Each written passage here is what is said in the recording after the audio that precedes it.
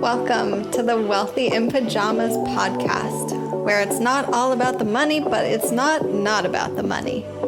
I'm your host, Sonya Highfield, the Wealth Expansion Coach, here to help creatives find their real version of wealth, build profitable businesses, and be happy, healthy humans.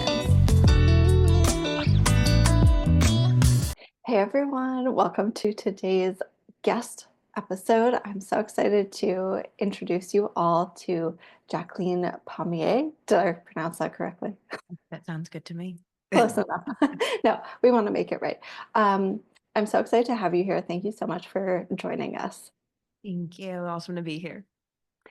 So for those of you who don't know Jack, I'm going to tell you a little bit about her, and then we'll get into our conversation all about wealth and business and all the things today.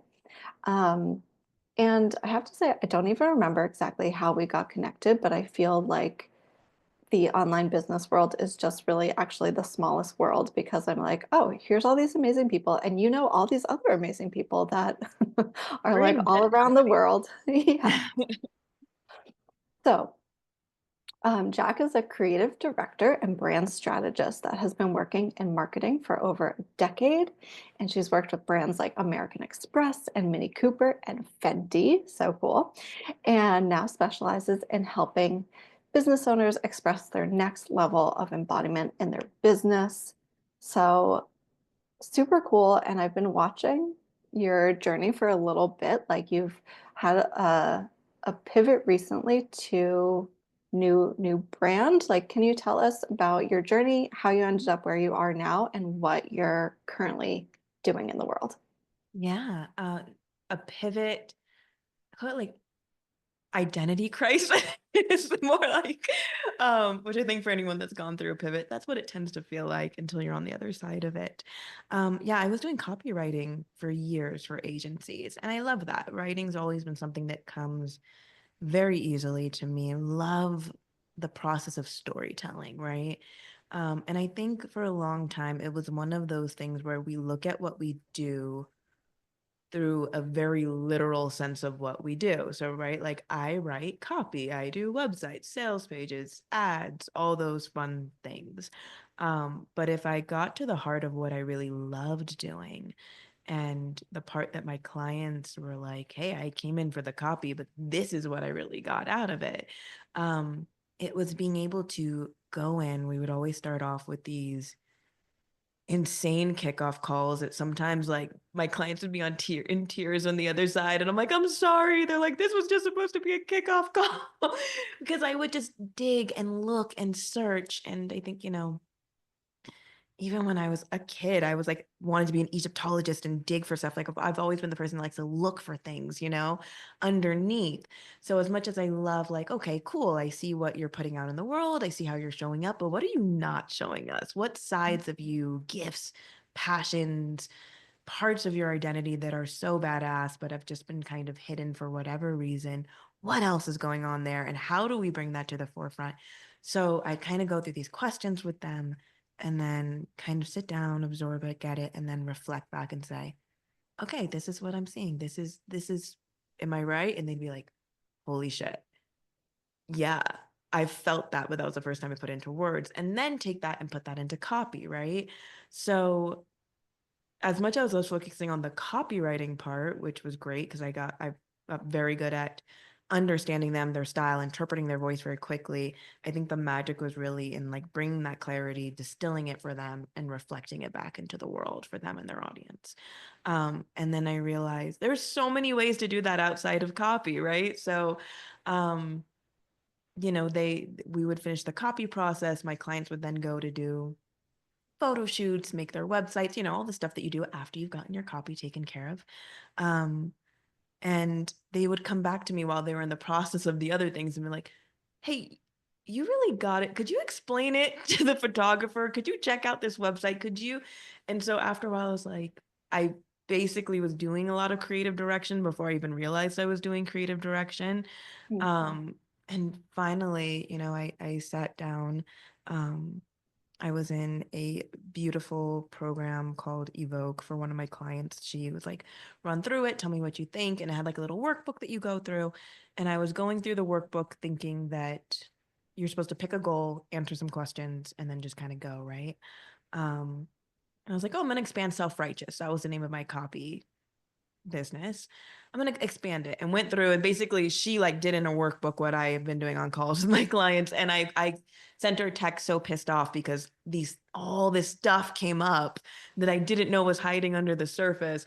And I was like, God, like I knew what I was doing. I was set. I was on the next thing. What did you do? Now I just have these flickers and pieces and chaos. I don't know what the hell any of this means yet. And she was like, trust the chaos, like follow the images and just let it guide you where it's supposed to go. Mhm. And it guided me to Embolden Productions, because I realized my purpose and my mission here is literally to embolden my clients to show up as their 100% full self. So now within this pivot, yeah, creative direction, brand strategy, basically however they want to show up, wherever they want to show up, I just help my clients put all of it front and center, and it's just so much fun. I couldn't be happier. Oh, so cool. I love that you kind of walked us through the process because I think it's so true when you're going through a pivot, even when you're like feeling the call to change and to step up and to like expand, there is that really like messy kind of panicked middle, right? Where you're like, oh my God, am I doing this? Should I do it? Am I doing it? Like, is this the best thing in the world? And then I you're think like, oh yeah, it sucks. And nobody talks about how it sucks, right? Because, like, you think about the process of starting your business and getting rolling, and it takes time to get that confidence. It gets time to get to that place where you're like, I know my offers, I know how I sell my stuff, I know how, like, you yeah, can know what you want to do and what you want to give, and, how you want to serve your people. But to have it really feel down and in the bones and feels totally secure in your business, that takes a little bit to get going there. It's just like, anyone that's done any kind of inner work or healing, or right, like you go through and you do it and you work and you work and you get to the top of the mountain. You're like, fuck yeah, I'm at the top of the mountain. And then that next mountain shows up in front of you and you're like, God damn it. Like that's exactly what it feels like in a pivot. You're like, I've got this. And I remember being in the beginning of the stages and like looking at videos of me coaching as like the copywriter, right? And seeing that confident, I've done this for so long in this role, I know this energy. And I'm like, when am I going to get to be her again in this new role, And fortunately it came. But it took that like wobbly moment in the beginning. yeah, so relatable. And I wonder, so for me, when if you don't know my background, I started as a photographer, and that's what I thought I was going to do forever. And then I had this like awakening. I say like the universe hit me over the head and was like, you got to speak and you got to help other creatives. And so I ended up starting the second business and blah, blah, blah. But I went through like a deep period of grief as well from, like you're saying, that identity crisis. It was like, oh, I thought this is who I was. And then, yeah, like stepping into your, I think, like bigger purpose role is scary, but it also does require you to kind of like shed that old self, right? And like step forward in a new way. And I wonder, did you go through any kind of like grief in realizing like, oh, I'm not just the copywriter anymore, or like I'm letting that business go? Did that come up for you? Huge grief. And I know it's your show, but I'll also reflect a question back to you because I'm curious. Like, I love Yeah. comparing processes. I think in the beginning it was grief, more looking at like the exterior, how I've been known. Um, I had gotten a really strong reputation as like a storyteller in a certain sense and a lot of accolades in that area. And being able to bet on yourself on something before you've gotten the validation for it is very scary. Um, so there was that. But then, yeah, letting go. I think that was more fear than grieving, and also having to like really cut ties with this. This just isn't me anymore, and having to sit down. But I think, and this is the part that I kind of wanted to ask you, that like I realized in the beginning I thought it was because a lot of times online spaces, when we talk about like a life change, it's like burn it all down. And I kind of sat down, I was like, okay, I'm not gonna throw the baby out with the bathwater here, right? Like there was stuff that worked. There were things that I do now as a creative director and brand strategist that I did as a copywriter. So parts of that identity, that's why I want to ask you. I'm like, I'm sure even as a photographer, you were like low key helping creatives on the side or giving advice or whatever, maybe even without realizing it. So I kind of wanted to ask you that. Um, so I kind of stopped looking at it less of a grievance and more of like, I'm saying this in like mom of a 10-year-old boy terms, like a Pokemon evolution, right? I was like, all right, cool. I went from like Charmander to Charizard or like that. Like, I'm like totally in the mom Pokemon lingo right now. But that's what it was, right? Like it looks completely different. It's bigger, it's more badass, it has more power to it. But the roots of who I was as the copywriter will always be there. Yeah, I definitely um, relate to a lot of that. I think, again, like our core of who we are is like always going to be there. It's just expressing it in different ways and really like stepping into the fullest expression of it. So, like, yes, when I was a photographer, I realized like I was always giving my clients recommendations on like where to get their business cards printed and like where to go networking and um, getting really excited seeing the behind the scenes of other people's businesses. And so I realized when I started actually as a speaker. I wasn't even intending to be a coach. But once I came around to that, eventually I was like, all right, I can do it. Um, I realized I'd been coaching my whole life. You know what I mean? Like that's my most natural kind of mode is like deep listener, question asker, big vision seer and like supporter. And so I had been doing that all along, but I definitely was in my identity as photographer because that's kind of what I had. I mean, I was in my 20s, like that's who I had latched onto as like this is this is the me I'm pursuing. And when I got this, call to step up and shift and change and do different things, it required a really different version of me, not behind the scenes. I had to like step out from behind the camera and get in front of the camera, right? And like be a whole different version of myself, even though, like, when I got the call to start speaking, I just started. Like, I didn't go through training. I didn't, like, I was just like, I'm called to speak and this is what I'm going to speak on and I'm going to do it. And I didn't deal with like kind of a lot of fears around that because it felt like, oh, part of that's already within me somehow, even though I hadn't been doing that, it was already within me. So, like, yeah, I mean, it's been 10 years now. There's been a lot of healing, right? Anyone who runs a business is like, oh, it's actually a deeply personal spiritual journey, right? So personal, so Yeah, personal. More people yeah, need to talk about that because everyone's like, just go ahead and it's like if you're not willing to like really go in, yeah. I mean, Like you it's can do the surface business, but that's certainly not who I like to work with. no, not at all. And I feel like it shows eventually in one way or another, right? Like Yeah, there's symptoms of not being fully satisfied that comes out. yeah, yeah. Okay, I feel like I went off on a whole tangent that The best. I'm gonna, okay. Tangents are the best. I'm gonna refocus a little bit, otherwise I'll get lost. Um, Tell us, I have so many questions for you, but let's start with what does wealth mean to you now? And I'd like to share with my audience the original definition of wealth is the condition of well-being. Ooh. So we're always thinking about like that holistic wealth vibes, but what does wealth and abundance mean to you? Wealth and abundance mean everything. And I'm actually very proud to be able to say that now because I think not so long ago, I don't think I would have said, maybe I would have thought it, but I don't think I would have said it out loud. Um, there's a book that I absolutely love called Emergence by Derek Rydall. Rydall. Um, Anyone that's listening to it, if you haven't read it, highly recommend. But he kind of has this analogy for what wealth, abundance, the external is for us. Um, in terms of like if you think about a acorn becoming an oak tree, right? That the acorn already has all the blueprints, everything that it needs for it to become this giant oak tree already in it.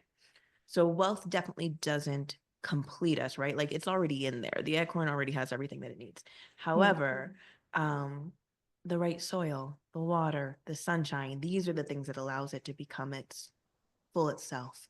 And so I think especially as a creative, to me, wealth is freedom to express myself at its highest, right? So any concepts, ideas, passions, downloads, whatever comes into the moment. And I'm kind of starting off with like what I guess would be like the financial version of wealth.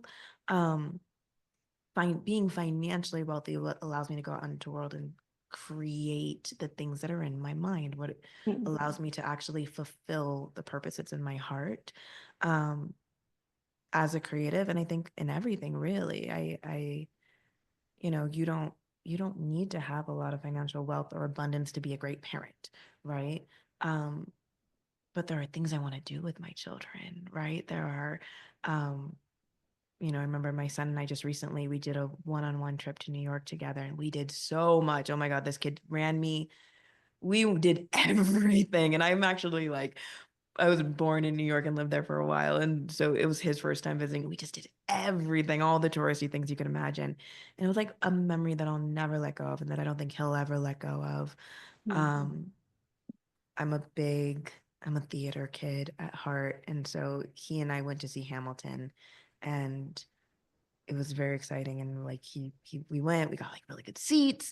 And you know, he had seen the video on like Disney Plus, like he's heard the soundtrack a million times thanks to mom. Like he knew that thing in and out.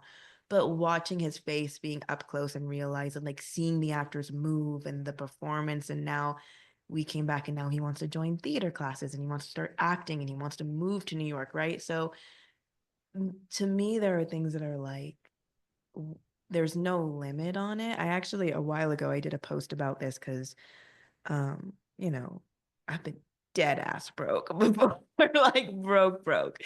And then got to go, you know, not like billionaire, multimillionaires has, but got to know what it's like to not have that stress and worry and pressure anymore financially.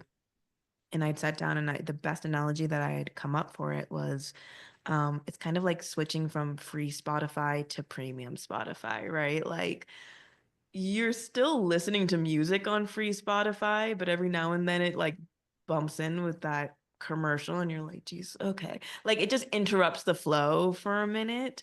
Yeah. And now I think wealth and abundance allows me to enjoy life fully and uninterrupted, you know? Mm. Yeah. I love that. Freedom of expression and freedom of flow. Yeah. Um, and I'm curious. So I think probably a lot of people are also interested in this given the last 4 years, but especially in 2025, because you are based now in Mexico, right? Yeah, I've lived in Mexico. I've lived in the country Mexico for the last 12 years. So like Okay. before it was cool to do the expat. I'm like hipster, like before it was cool, I lived in Mexico. Um, yeah, I moved to Mexico. How old am I now? I'm 35. So yeah, I moved when I was 22. So Oh, yeah, wow. going on 13 years. Um, Okay. on a whim, I did it like you know, I write. I love like I traveled a lot. I before that I lived in France. I lived in England. I knew I didn't want to live in the US for some gut reason that I'm sure is very obvious now. Um, Valid. but then you know, everybody thought you were I was like, you're moving to a third world country. Like, are you insane? I'm like, if it doesn't work, I go home. So what? And few years in there, I met my husband. I had one of my children, one child was born in the US because we had to evacuate the week I was due because of a category 5 hurricane that hit the town. And there's like no electricity, no nothing. So we had to evacuate. So he literally was like born on the US. 2 months later, we came back to Mexico. And my Oh daughter my was born in gosh. Mexico. So like our whole life has been here. So now, yeah, we're in Mexico City. Okay, very cool. And how do you feel like that? I mean, maybe for people who are feeling like lifestyle wise. They want to break out of the US bubble, or they want to go from whatever country they're into somewhere else and kind of like trust, right? That like what is going to feel best for them. Do you have any kind of guidance or advice for like making that move and Yeah, great trusting your question. instincts? And I think this kind of goes for I think any country that you're, whether it's Mexico or any country that you're choosing to move to, how, like, what are your non-negotiables, right? Like, what are the things that you need to feel safe and comfortable and not be in stress every day? Mm. And what I mean by that is like, no matter, you can live in the nicest neighborhood ever in Mexico, and Mexico time is still Mexico time, right? Like, it is not on your hour. If you need something fixed, if you need something done, maybe today, maybe tomorrow, like hopefully tomorrow. And fortunately, I was able to go with that. But I know some people that like they cannot live like that. They're like, I need to know there's an appointment that's getting fixed here. I need to have that structure. And if that's the case, then, culturally, it's not going to work for you, right? Mhm. So, like, there are some things, and then also, right, like give and take. So, okay, getting rid of this, but what am I gaining in exchange for it? So you really have to like weigh out your values. Um, there's always a level of sacrifice that comes with moves. I Fortunately, I did it young enough that I had like zero responsibilities in life when I was doing it. So I was like, to hell with it. Why not? Um, I will say for like people with families, it's been the most amazing experience for my children. It's also be willing to be the immigrant. Don't move if Mm. you want to be the expat, right?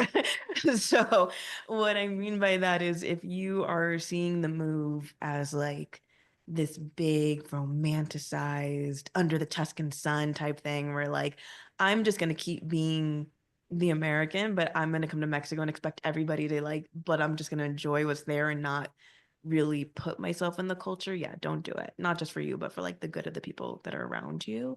Yeah. But if you're willing to like go and immerse yourself, and even if you don't have perfect Spanish or anything like that, the people that are here are so amazing and grateful for you just even trying, right? I think that's something that's so reversed in our culture. We hear someone with an accent trying to speak English, and a lot of times they're shamed, or it's kind of like an insult to someone's intelligence. Like, well, they have an accent because they're bilingual. How many languages do you speak, right? Yeah. But here they're very grateful when you try to speak Spanish and so helpful. My kids are completely fluent in both. They pick and choose when they want to jump into English and Spanish however the hell they want. I haven't understood it yet. And I'm very much the immigrant mom in our household. Um, I'll have certain languages and ideas, and they're like, no, mom, that's not what you're not getting it. That's not what that means. So, like, they'll correct me and they'll kind of like clue me in on the actual cultural part of it. Um, but yeah, if you're willing to get yourself involved, really immerse yourself into it. And then also, like, explore the country. I had such a limited idea of what Mm. Mexico was before I moved here, thanks to the media and movies and things like that, especially 12 years ago, right? Um, I thought it was either like Cabo, Cancun, vacation style, Puerto Rico, or it was like Tijuana and there's like drug cartel everywhere and wild, wild west shootouts. Like it was a very ignorant, limited view of what it is, but it's what so many of us have. Um, and when I started to explore, so we lived in Baja, which actually we lived in San Jose del Cabo, which is near Cabo. We lived in La Paz. So we had the beach lifestyle. And then now we're in Mexico City, which for me, coming from New York and San Francisco, it's literally like New York, San Francisco, and Barcelona had a baby for anyone that's in come. Like I love it. I love it. Chapultepec Park is my children's central park. Like it is a city. You are in a real, honestly, I prefer it to New York, which sounds crazy to as a New Yorker. And then there's like areas where you can go skiing during the holidays in Mexico that's covered in snow. There's rainforest. So, the US is not the only place that has such wide variety. Like explore. If you don't think that a certain country is for you, look at the other sides of that country because it might actually be. There just might be a different area of that country that's more for your style, you know? Yeah, thank you so much for sharing on that. I know that's like more of a personal piece, but I think that's just relevant to a lot of people right now. And yeah, if you're if you're listening in, you're someone who's curious about, you know, jumping ship on the US or just moving, trying someplace new. I think that your advice was really, really fantastic. So thank you. I will say that Um, I do not, I regret if I had to make the decision 1,000 times over, I would leave the US 1,000 times over. Like yeah, 10 out of 10 recommend. yeah, I believe it. I believe it. So I'm curious, going back to kind of work stuff, because you have worked with some bigger brands, and I know a lot of the creatives that I support and work with are super talented, super innovative, really skilled at what they do, and get super held up by imposter syndrome. Can you speak to that a little bit in terms of like working with those bigger brands and just, yeah, like being able to boldly own your expertise in the world?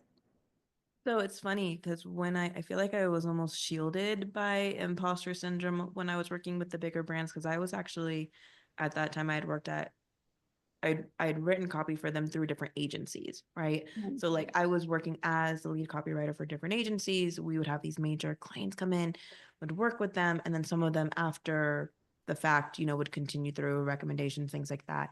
But when you're in the agency world, I mean, it could be a pro and a con, I guess. The project comes in, you do what you're supposed to do. They usually have people that are like the project managers and the strategists, so they're the people that have more contact face to face with the people that are managing it on the client side, right? And then they kind of come and they're like, this is what we need. We need you to write this and blah, blah, and then you go through and you do it.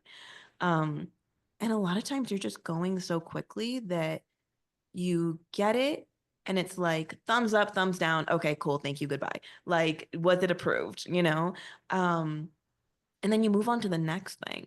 So you Mm. really don't have a lot of space. It's very like churn kind of style. It's not very personal. And you don't really get to follow the work that you do beyond that. You're like, okay, next, like maybe later on, you see a billboard, you see a commercial, and you're like, oh shit, that's my copy. Awesome, right? But in that moment, it's not you're just moving on to the next thing and hoping that you make deadline, right? Like Yeah. that's the biggest thing. It was really when I started to work with work with more personal brands that I think more imposter syndrome kind of started to come in a little bit. Mhm. And it's funny that you say like owning your expertise because I think, especially for creatives, I don't think we even know our expertise for a while because the reason why it's like our brilliance, our gift, is that it's natural. It's running on autopilot. So I remember like the first time a business coach asked me to coach on messaging. And I was like, well, what do you want me? They're like, yeah, like go and explain your process. I'm like, what fucking process? Like, what are you talking? Okay. So I just sat down and I talked about what I said. And I'm like, they already know this, right? Like everybody does this. And no one in the room knew or had ever thought about. But because I had always had it running that way, I assumed everybody does it this way, right? Like everybody already knows this Yeah. because what do you have to compare it to? You're only in your own head. Yes. Um, I think that's such a good point. yeah. And I've gone through that process myself where coaches are like, okay, well, what's your framework? And I'm like, well, this is how I take a new client through a coaching session. They're like, okay, that is like you have a framework. You just haven't been thinking about it like a framework, right? Because it's so natural. Yeah. I mean, I think that's beautiful. So I think, and then, in terms of owning the gift, I think getting to see personal transformation. I think a lot of times, especially I think for creatives, for impact makers, um, you get so caught up in like the idea of selling out or not being true to your art or what you're making, or the impact that you're trying to do. And because of that, I think we tend to kind of like step away from our owning our brilliance as much as we could be owning it a hell of a lot more. Um, but I think when you kind of, now that I do get the chance to follow it and see it, and I do get to see the difference of how it allows my clients to move. Like, yeah, they get this beautiful brand, but now they'll be like, I just decided to go and like rewrite my entire course because of this. Like, they had a permission, they're allowed to show up differently, and it feels good when they show up. They're not showing up just like to do marketing or sell. It's like something on the checklist. Like, they feel good when they do it. And so Mhm. that helps me own it. And then I don't think the thing, I see it as like brilliance and gift. And then on the other side, I see it as like expert. I never see myself as an expert ever, and I hope I never do.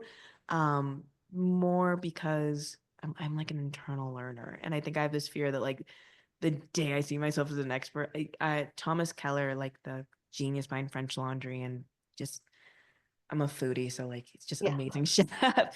Um, he has this thing in his kitchens where everybody, including him, wears a blue apron because in France the blue apron is like you are a studying chef. You're not like in terms of like the rankings of chefs, you're still studying, and he wears it, and so does everybody else because to kind of have this, we're all still learning. We're all still in the process. None of us are at the top yet, and none of us Mm, ever will be.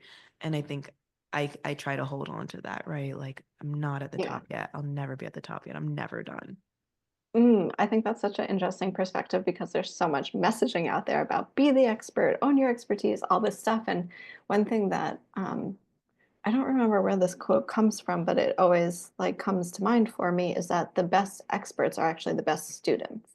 I love that. So just like you're saying, is like it's always about learning and continuing to grow and like take things in. And I think that maybe we can what I like to tell people is like, you're the expert of you and you're the expert of your business. It doesn't matter how new you are to business, Absolutely. how old you are, right? And so we're also always on a learning and growing process. So it's like, okay, I can be the expert of who I am right now and what I know right now and acknowledge I don't know everything. I don't have all I'm the the expert answers. of today. Yeah. Exactly.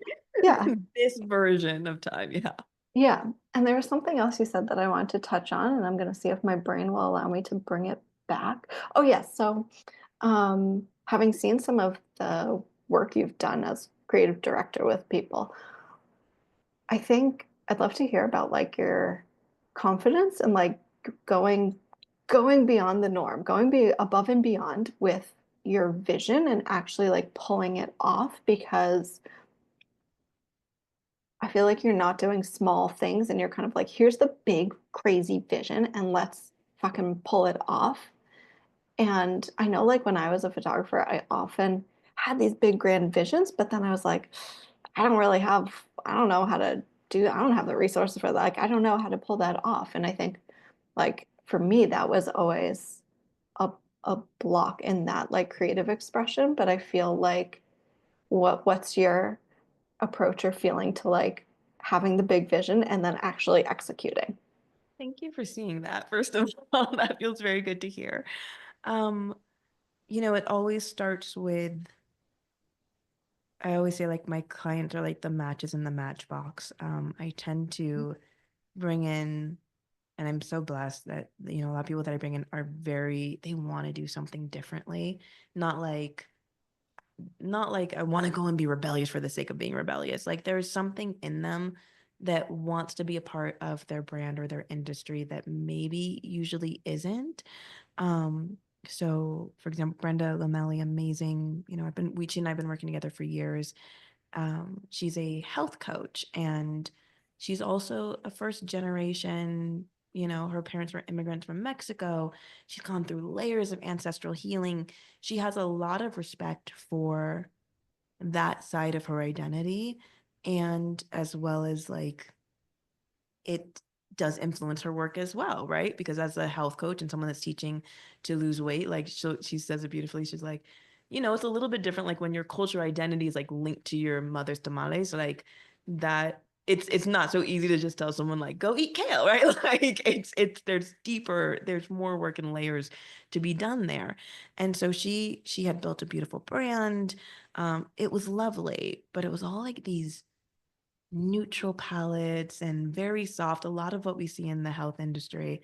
And then she came in, and basically the best way to kind of pull out the vision was to not focus on the vision at all and to Mhm. go in and say, okay, who inspires you right now? Tell me about these moments. Tell me what's going on.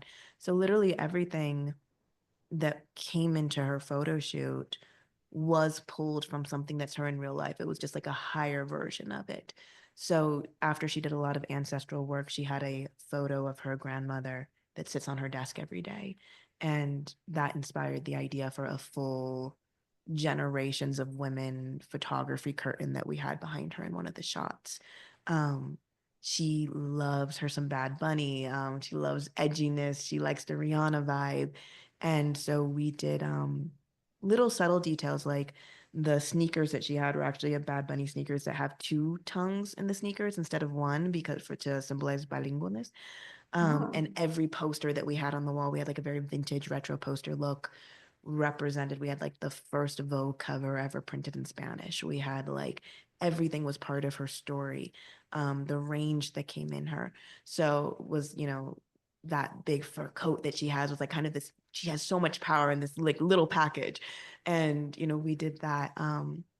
We had her, it was a beautiful story that she went and she when she accepted her coaching award for like crossing her first seven figures, she had gone on stage and she wore her boots and she was very proud, but she was like, but it wasn't noted that she was like the only Latina that year to have won the award. Mm. And I think she was working with someone that said, you'll wear those boots on your own stage one day. And so in the shot that we did, her stage was actually a very traditional Mexican kitchen that we had with like fabuloso underneath and everything like that.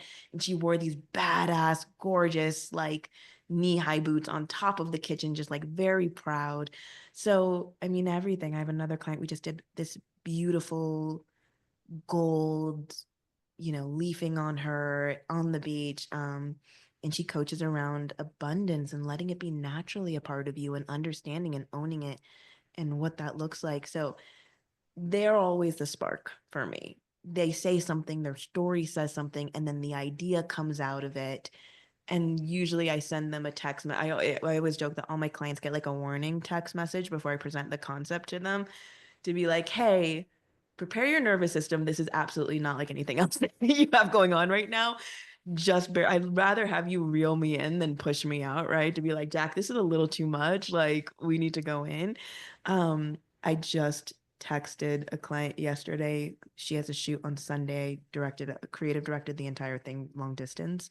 And I had found a random, like, the old school giant do the right thing Radio Raheem boom boxes at a prop place in New York. And I'm like, hear me out. Can you go and pick up, this old school like 1980s boombox for this one shot? I already have it reserved for you. Do you have time to go and grab it? She's like, yes, let's go.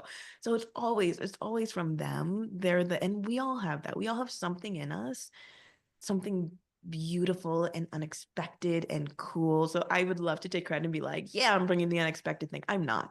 There's something unexpected in all of us. My job is just to be like, what is a way to put this in an image so that as soon as you see it, you know what it is. So that's really the Mm. process. That's so cool. And I think that really speaks to like the power of finding support in your business journey of people who really see you and get you and are like, yes, like you times 10 is going to be the best thing to bring to the world, And yeah, I know, like, I feel like I have that experience with my clients and I've had it, with support myself of really, it's so life-changing when someone's really like, yep, all of you is the best thing that you could bring out and, play with in the world.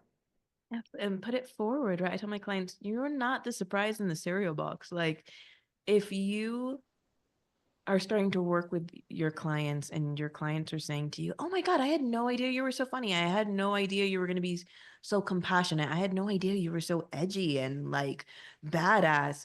There's a problem, right? It feels like a compliment in the moment, like, ooh, I surprised them. But no, like they should know that before they even start to work for you because there's so many people that are looking for that maybe might have passed by, not even realizing that it's right in front of them because it's not present enough in the brand.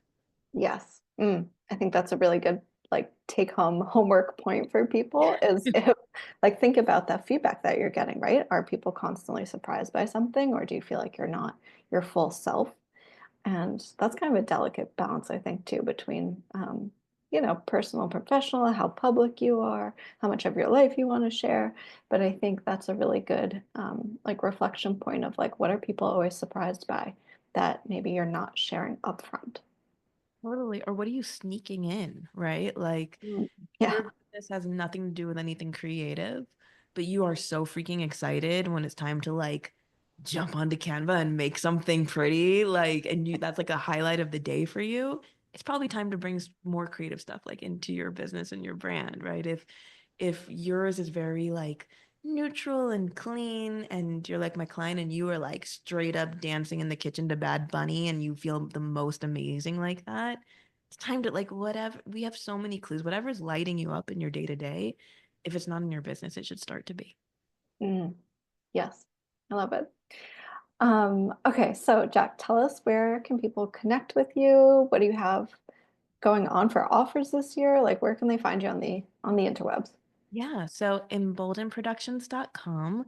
I think at the time we're recording this, I think it's sleeping, but will be launched. The new rebrand, because even I go through my own rebrands, will be up and running by the time that anyone's listening to this. So my services, I do kind of two sides. So I do one-to-one direct. So that's like the creative direction that you're seeing, whatever the work that I'm doing with my clients around photo shoots. I take them through a process called detangle, distill, direct. So each of those are packages that kind of layer up to each other. Detangle is getting clarity on all the clutter and like how am I showing up in the mixed messages in your mind. Sometimes that's enough for people and they can go on their way. Distill is okay, now you have clarity. What does this look like in visuals? What does this look like in the process? How are we creating it? Sometimes that's enough for people. And then for people that want the full end-to-end support, direct is where I actually come in and creative direct the websites, the photo shoots, everything based on all of the consulting and creation that we'd made leading up to that point. And the new thing that I'm also dropping at that same time is for people that are like, I totally want to go all in and have this big, beautiful brand, but I'm just not there budget wise yet. I'm doing semi-custom brands. So each season, a brand new set of 3 brands drop, and I customize them and tweak them more towards your character. I only sell a limited number, 6 per brand. So once they're gone and nobody else has it. So it's a great way to get like a really bespoke, cool brand that feels custom without having to like pay for it to be custom. So I love that. That's so cool. thanks. Excellent. All right. Well, y'all go check out Jack and look at all the beautiful work that she's doing.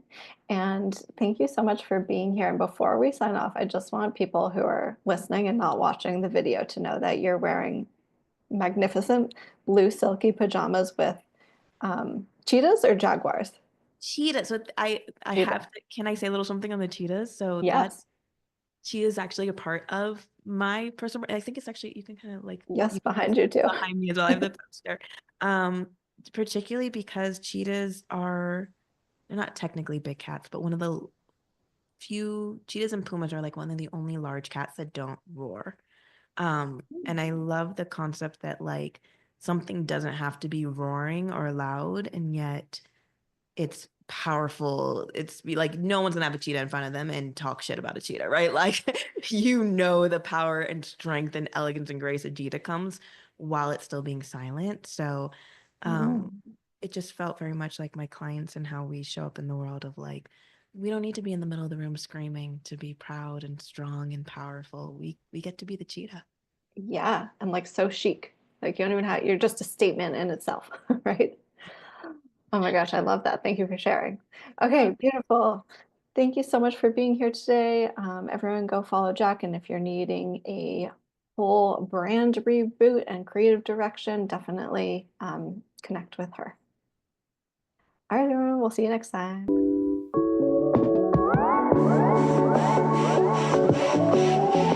Hey all, thank you so much for tuning in today. It would mean the world to me if you could subscribe, share, and leave a review so more people can learn about this work and access their true wealth. And if you'd like to continue your wealth work, please pop onto my email list so you can choose your own wealth adventure, whether that's applying for one-to-one coaching, accessing my DIY content, or staying tuned for upcoming wealth boosting programs. You can find all that at the following link, bit.ly/wealthypjs, PJS. bit.ly/wealthypjs. Join me there and let's get wealthy.